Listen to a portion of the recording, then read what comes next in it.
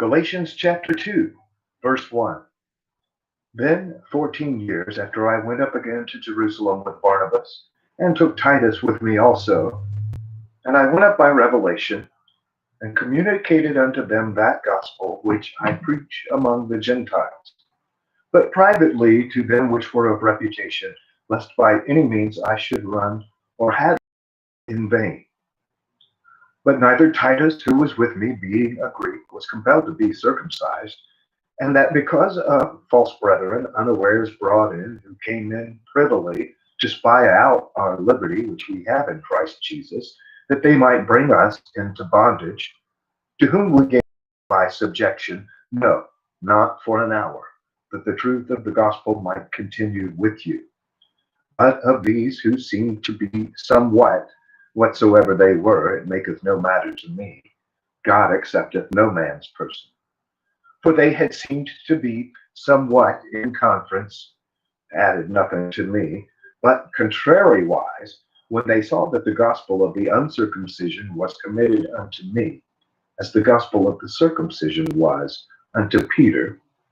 For he that wrought effectually in Peter to the apostleship of the circumcision, the same was mighty in me toward the Gentiles. And when James, Cephas, and John, who seemed to be pillars, perceived the grace that was given unto me, they gave to me and Barnabas the right hands of fellowship, that we should go unto the heathen, and they unto the circumcision. Only they would that we should remember the poor, the same which I also was forward to do. But when Peter was come to Antioch, I withstood him to the face, because he was to be blamed.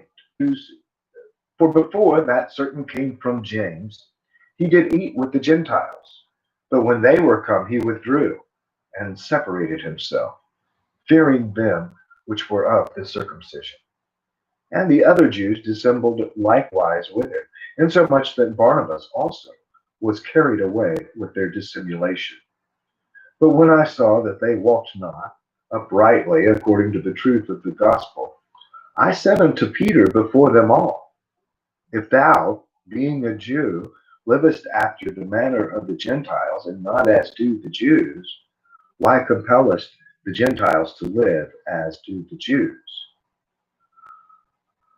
We who are Jews by nature, and not sinners of the Gentiles, knowing that a man is not justified by the works of the law, but by the faith of Jesus Christ, even we have believed in Jesus Christ, that we might be justified by the faith of Christ, and not by the works of the law.